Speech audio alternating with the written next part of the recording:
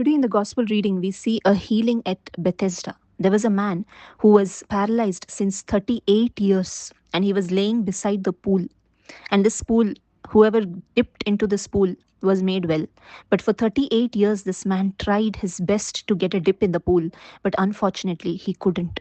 And we see he was helpless, hopeless, frustrated for all these 38 years of trying and trying and trying again.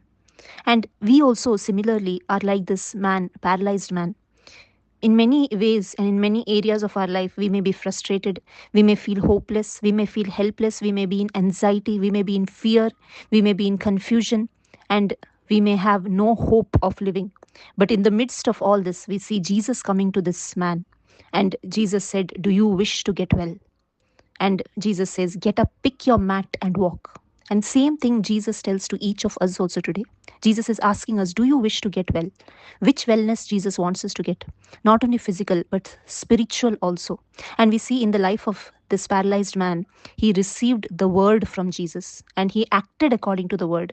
He immediately picked up his mat and began to walk. And we see how when this paralyzed man received the word from Jesus in his heart and believed in it and he acted according to it, he was healed of his paralysis.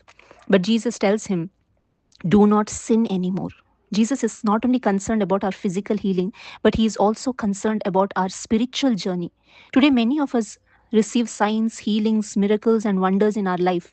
But more important is, why does Jesus do all this? He wants us to lead a sanctified life. He wants us to be true followers of him by not falling into sin anymore.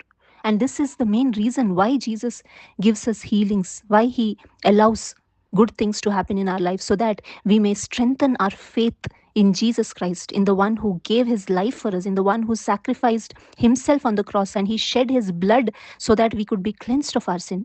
And when we receive Jesus in our life, when we receive this gospel, Jesus says, do not sin anymore. Jesus wants us to live a life of sanctification, a life of holiness, so that we can truly be children of the Father in heaven. And all this happens when we receive the Holy Spirit. All of us need the Holy Spirit in our life.